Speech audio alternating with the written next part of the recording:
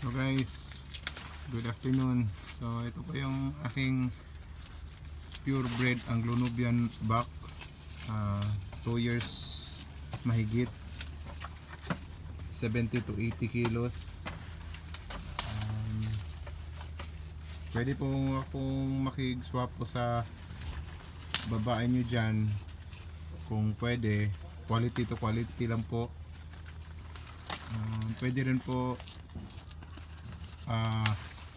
benta ko po ng 25k po sa inyo. Pinaka less na po yun. 70 to 80 kilos po. Rambo, purebred Anglo-Nubian, sa may Toledo po.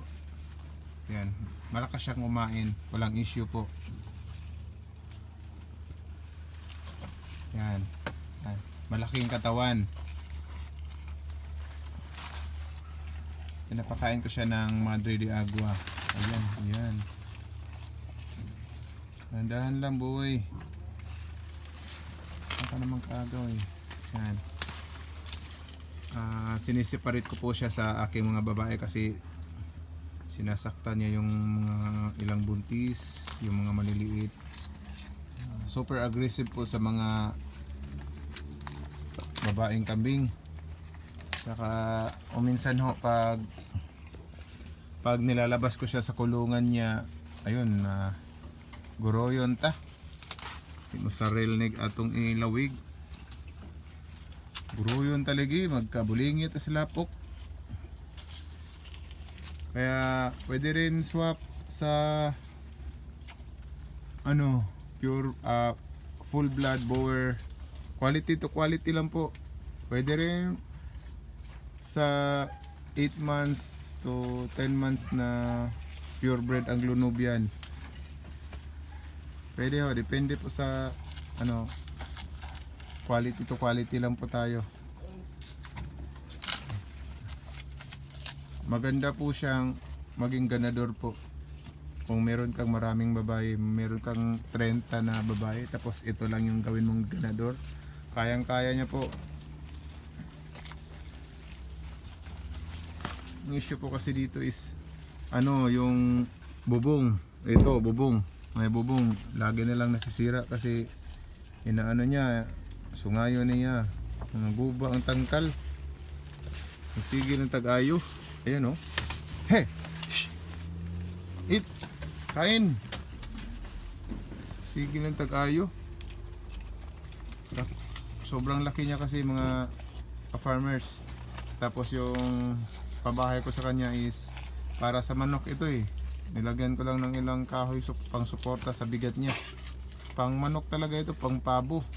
Kaso wala akong ibang pabahay sa kanya. Wala akong ibang kulungan. Kaya nagdesisyon kami na kung swap na lang po. Tingnan nyo naman yung ngipin. Yan, tingnan nyo yung niya. Pure breed talaga siya. Tingnan nyo yung tenga. Tingnan nyo yung tenga. Parang talong. Yun yung palatandaan. Isang palatandaan na pure breed yung Anglo-Nubian mo. Yung tenga nyo po. Tingnan nyo pong tenga nyo. Hindi patulis, hindi talinis. Parang talong siya. Malaki at parang talong. Yan ang lapad Yan yung pagkakaiba. Yung iba dyan na nagbebenta ng kambing na sabihin na full blood, pure breed daw, hindi naman. Makikita nyo po yan sa katawan, sa laki at saka sa tenga po. Sa tenga. Yan, malapad yan. Yan, Rambo. Dahan-dahan lang. Dahan-dahan lang. Yan. Wala akong kulungan sa kanya kasi naubusan ako ng budget. Yun, yung sinusungay niya, ayun, sinasaktan niya yung mga babae na yun doon. Bim! Simple lang yung pakain ko sa kanila, tingnan niyo po ng dahon ng niyong, ayun, dahon ng kamansi.